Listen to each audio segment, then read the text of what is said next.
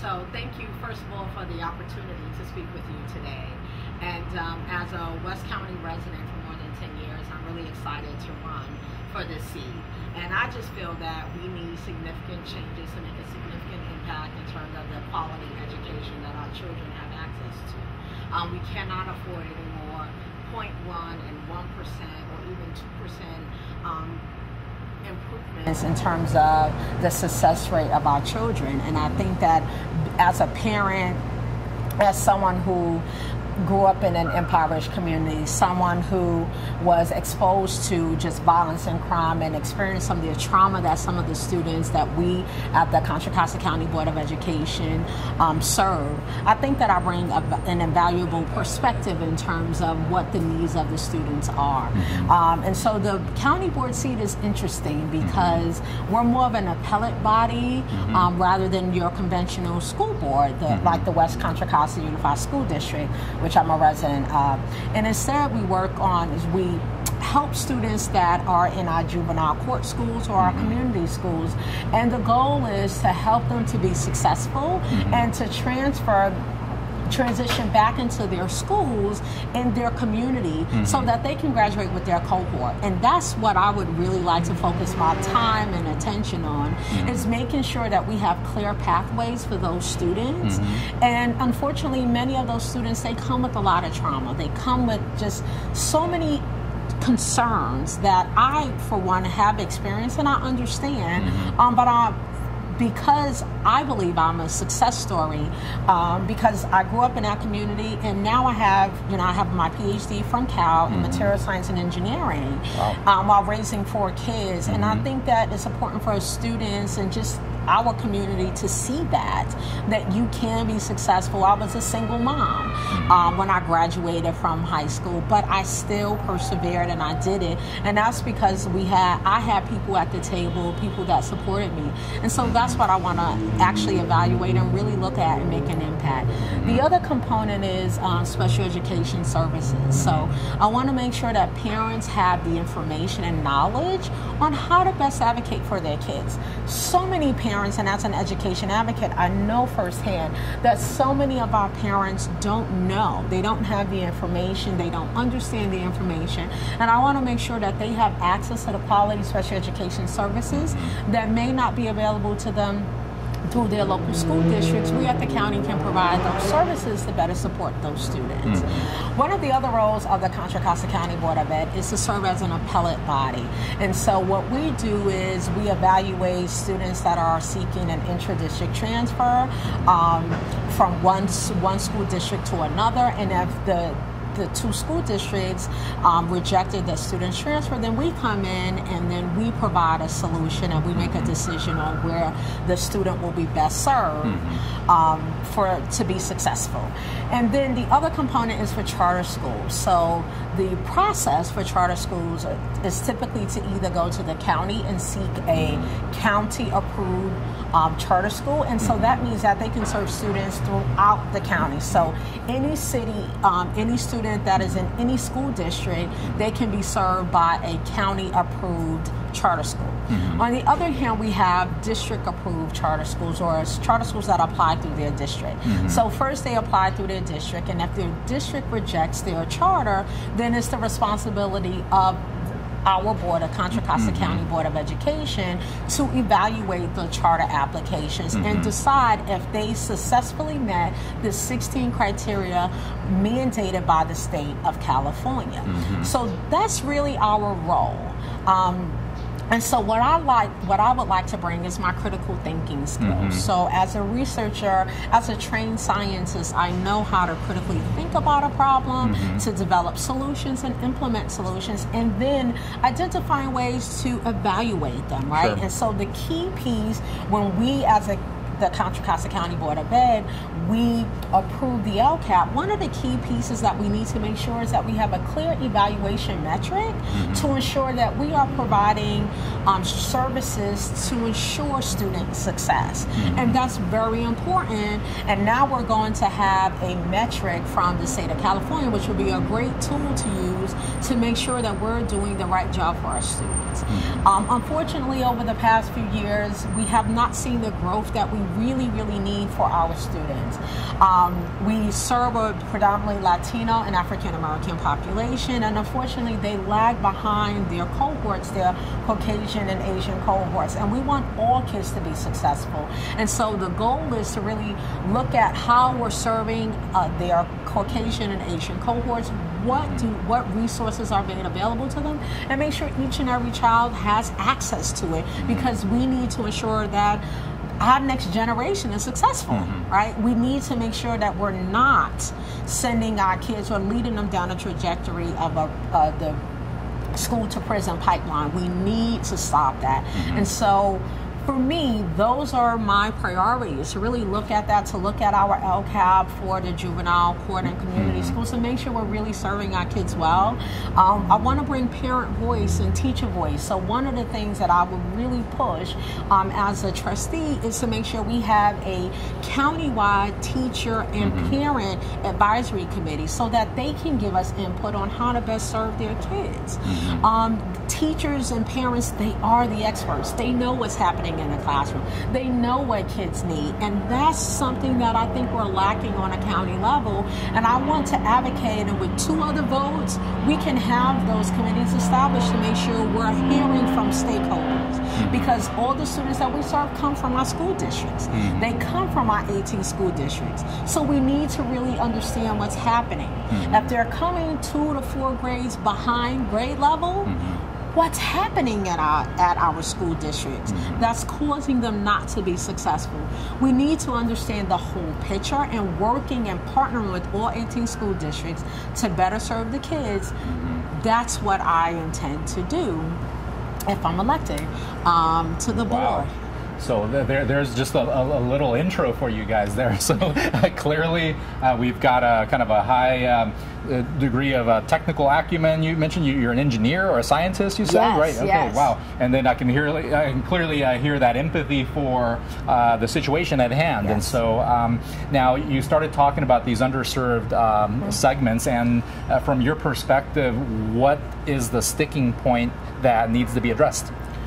The school climate is one of the huge concerns that I've experienced, and I know parents have experienced. So I've been on both sides of the public school system. So I've had kids in traditional, I've had kids in charter schools, and I think consistently there is a school climate issue that we need to address.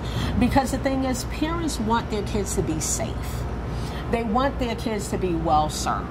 They want teachers to be valued and respected. And that is the climate that I think any parent would be seeking when they look at a school. It doesn't matter if you're looking at private, parochial, charter, traditional. They're looking for that for their kids, and they want to partner with their schools. They want to partner with their principal, their teachers, because they want the best for their kids. I don't think any parent wants just negative repercussions and consequences for their kids. I don't think any parent wants their child to go to jail, all right? And I just think that if we can look at school climate and understand where parents and teachers are coming from, we can address many of the issues that we see in our public school system, whether it's traditional or charter. The second issue is that we need to pay our teachers well. Okay, our teachers can't even live in our school districts. Now, as a trustee on a county board, I understand that that's not necessarily my role, but as a county board trustee, that's how I can advocate for you on the state level. That's how I can reach out to our assembly person, our state senators. That's how I advocate for you. Now, I've been working on this as an education advocate. I've been doing this for 5 years. And so, yes. So I understand as a trustee that, I don't have that role in the county. However, as a trustee, as an elected official, I can bring our voices to the state level. I can bring it to our assembly person. I can bring it to our senators, so that they can create policies to ensure that parents' rights are protected, student rights are protected, and that there's a clear, unbiased process that parents' voices are heard and complaints are addressed. Too many times, and I've worked with so many parents, unfortunately, who they're advocating for their kids, and they experience so much resistance, and that shouldn't be. we should all be working collaboratively to support our students. And so my goal and my focus would be to speak with our legislators to identify what policies we can implement to ensure that parents and students' rights are protected in our public school system. So for me, it's important to make sure that we have clear policies in place to not only support parents, students, but also teachers, and also to advocate for funding, right? So we need to make sure that we can pay our teachers well so that they can live in the community. And I think that's part of the climate too issue, is that so many of our teachers don't live in the communities that they serve because they can't afford to live in the communities that they serve. So it's difficult and challenging to develop the relationships that are invaluable for student success. And I just remember in my youth, I had a teacher who picked me up from home and drove me to school. She dropped me off at home. And that was just, that helped us to develop just a bond, an invaluable bond that I will never forget. And although she didn't live in my neighborhood, that was how far she stretched herself and how committed she was to making sure I got to school on time. And I think some of that needs to be restored in our schools in California. And we just need to have a better relationship amongst all individuals, because we're all in this together. We're all stakeholders, we're partners, and I believe every single person believes and values education and quality education. We just have different opinions on what that looks like, but I just think that we can work together still and to create the change that we really want. Yeah, that's a great perspective, and certainly a very holistic one. Now, with the kind of ecosystem that we all live within, and the overlap between education and this government area that you're looking to provide advocacy from, and then the commercial sector out there, do you see some connections between what's going on in the educational system and the impact that it might represent, for businesses, whether positive or negative, and maybe how you can come in to, help out? So one of the challenges is that our huge job sector is in the private industry. So the goal of education is to prepare our students for success, and so that they can be responsible citizens, they seek employment, and they're qualified for the job market. So when the education system was originally designed, it was to basically train our military, to prepare our defense, people for our defense. However, that has shifted significantly since our education system was developed. And so now we have a huge technologically savvy workforce. And so all of our students and most of our students will be pursuing jobs in that sector. Now, I think that it's important for corporations, for businesses to help us in the education sector to ensure that they're prepared. Okay, I think that many times as educators, we have a perspective on what we believe that students should possess when they leave us, when they graduate, as they matriculate through the program. But sometimes that may not be in alignment with what businesses, what companies seek in their employees. And so I think having the conversation and understanding not only the current expectations of the current workforce, but also the future, right? Because our students are not graduating now. Some of them are and some of them aren't.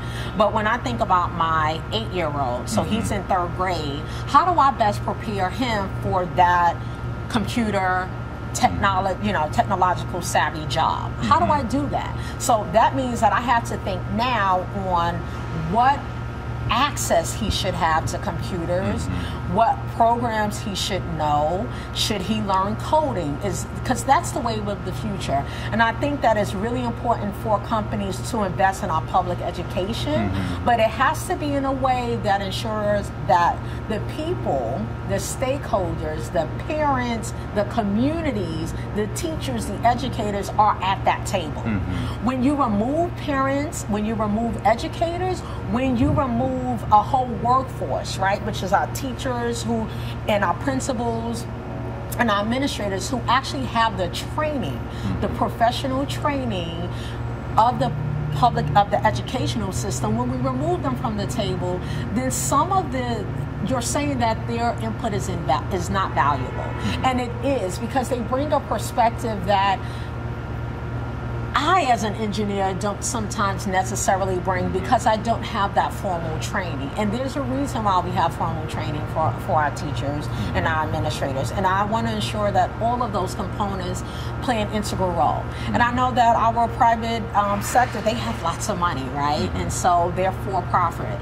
And so I think it's important to have grants available to our public schools to make sure that they can implement some of the programs that we can't do right now just because we don't have the funding.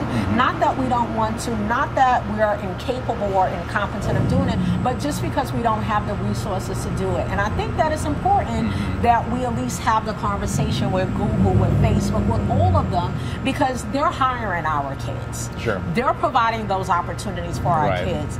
And when we look at the government, it's not really growing. And so what jobs will be available for them? That's the private sector.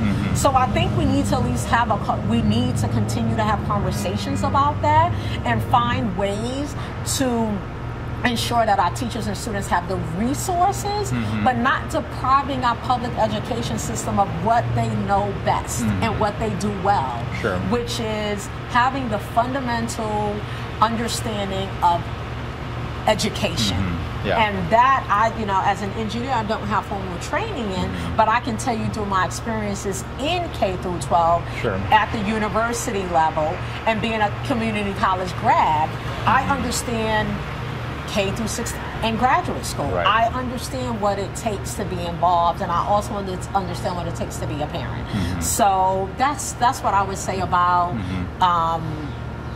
just government, education and corporations. Sure. So there's certainly a lot to be, explored there in terms of how to improve the collaboration. Now, but rather than continuing down that thread, you mentioned that you have a 3-year-old, and there's some. 8-year-old. I'm sorry, an 8-year-old in 3rd grade. Yes. And the statistics indicate that that's a very critical grade. In fact, there's a link between success and failure in 3rd grade and recidivism. Or even just the chance of incarceration. So there's a link there. So speaking to education and its impact on crime rate and fiscal responsibility, just simply keeping the tax dollars where they should be, and just the community safe and the kids on the right path. What could you say are the direct links in education and that topic, and what you would like to do personally to drive impact? I lived it. I lived it. So I grew up in an area where crack cocaine epidemic. I grew up when HIV/AIDS really hit the African American community. My uncle died from HIV. And so I understand the direct connection. So many of my friends and people I grew up with are incarcerated.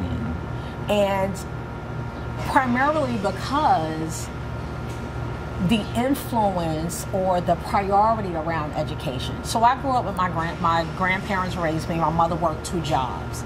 And so she was a single mom. And so my grandfather said to me, because we had African American pride, and he made sure that I knew my history, that I knew my heritage, and I knew my value. And I continue to know my value. I'm a queen. I'm an African queen. And so he reminded me every single day that I'm a queen. I'm a queen. And he said they can take anything away from you. Everything away from you. But they cannot take away your education. And that's why I fought tenaciously for my Ph.D. I graduated from high school pregnant with my daughter. So I saw firsthand how me having access to a guidance counselor that said, oh, you're great in math and science, you should pursue medical school. Now, I realized how much medical school costs. I said, not sure. And I just didn't want the responsibility of having someone's life in my hands. That was something I didn't want to pursue. And so I learned, like, I still love science, I loved chemistry, and I said, oh, I'll major in chemistry. And so although I graduated 4 months pregnant with my daughter, there were people in my corner that said, you can still do it. You can still do it. And that's the piece that I think we're missing. You can still do it. You have to pursue your education. So yes, now I have a third grader. And it's so funny, he has his challenges. And as a parent, I have to work with them. And I remind him every day, you're a king. You're a king. I help him to understand where he came from, who he is, and what the expectations are. We don't settle for anything less than a B in my house. Okay? That's the expectations. If we don't set high expectations for our kids, then we ultimately say it's okay to fail. Now in science, we learn from our mistakes, right? But we can't allow students to think that they can get D's and F's in schools. That's not success. That does not prepare them for college. It doesn't prepare them for a path for success. And so when I look at the link between the school to prison pipeline, it is at that third grade metric. That's how we determine how many prisons we're going to build, not schools. And what we really need to do, invest the money into building up our schools and putting money in our schools and not incarcerating our kids. And so now, and I know because on the County Board of Ed, that's what we're dealing with. We're dealing with juveniles who are that are somewhat misled and just need some guidance and redirected into that positive position. They're not bad kids. They're not bad kids. They just need additional support that they may or may not have at home. And so when we say educating the whole child, that's what that involves.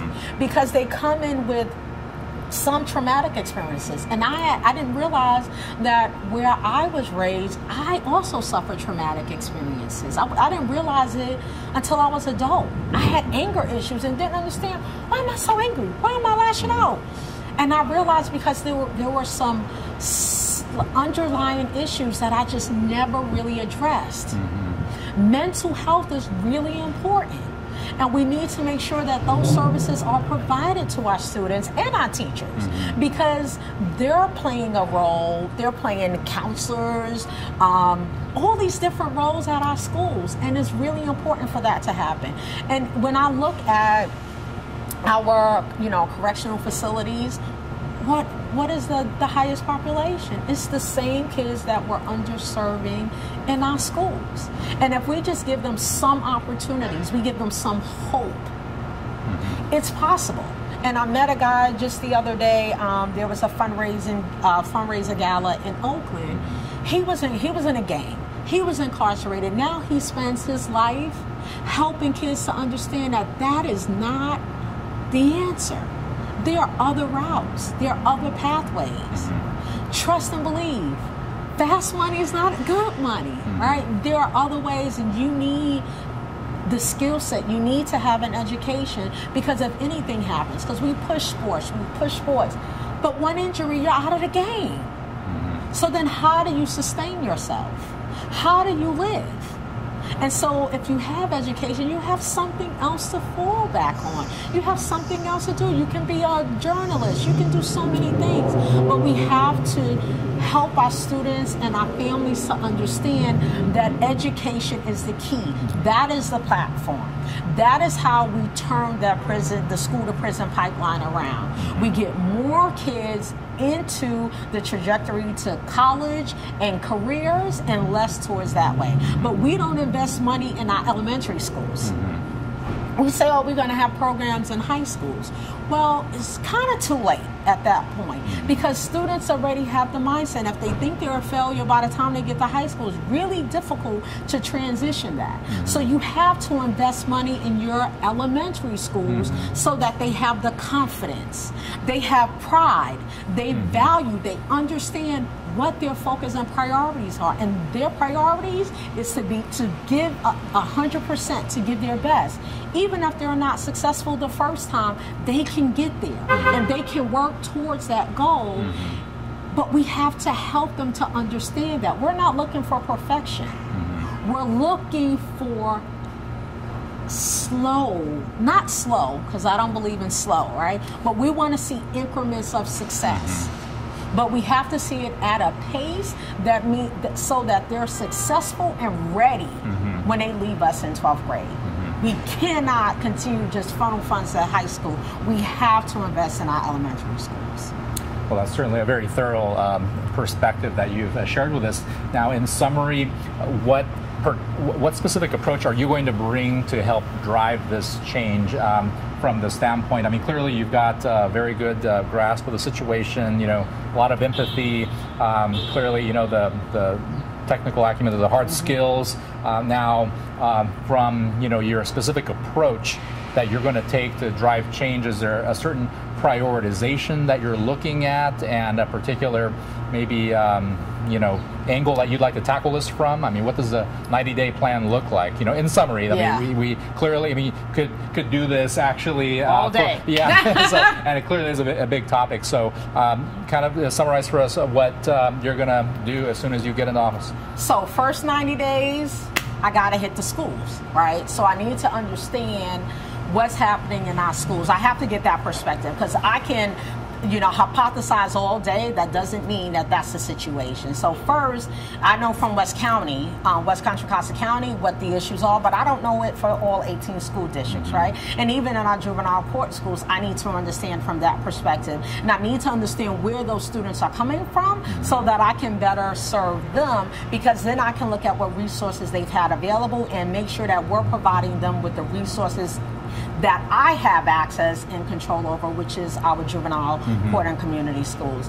The next thing is to work with the different school districts to make sure that the students in their school districts have access to them, right? And find out ways, whether it's grant writing, collaborating, corporate partnerships, to make sure that we get access to it, and also to speak with our legislators. Okay, this is what we're doing on the ground, but we need money. Can you write a policy? Can you write a bill for us? Can the appropriations committee, right? How can you help us to implement this? How can you help us to address truancy? How do we address all these things, right? So that would be my first 90 days, is really to understand what's happening all over our county, making sure that I can I can identify those things, and then bring light to the situations with our legislators to identify ways to making sure that we have resources available, and then just working with, and also our corporations, to see what resources they can bring, and working with our school districts directly. So that will be really my first 90 days, and evaluating what policies we have in place as well, to make sure that we're in alignment and we ensure that we are bringing the voice of the people to the table in creating the change that we need. And then finally, I will also make sure we look at that LCAP. So make sure we have the evaluation metrics in place to evaluate student success. That's awesome. Well, thank you for summarizing that for us. I really appreciate you having come out here to share a perspective with the Contra Costa County Hispanic Chamber of Commerce. And this is Fatima Alleyne, that is looking to run for Contra Costa County College Board of Education. Say that for us here. Contra Costa County Board of Education, Area 1. Boom, there you have it, folks. Fatima Alleyne, thank you very much. Vote for me, Fatima Alleyne. Thank you. Thank you.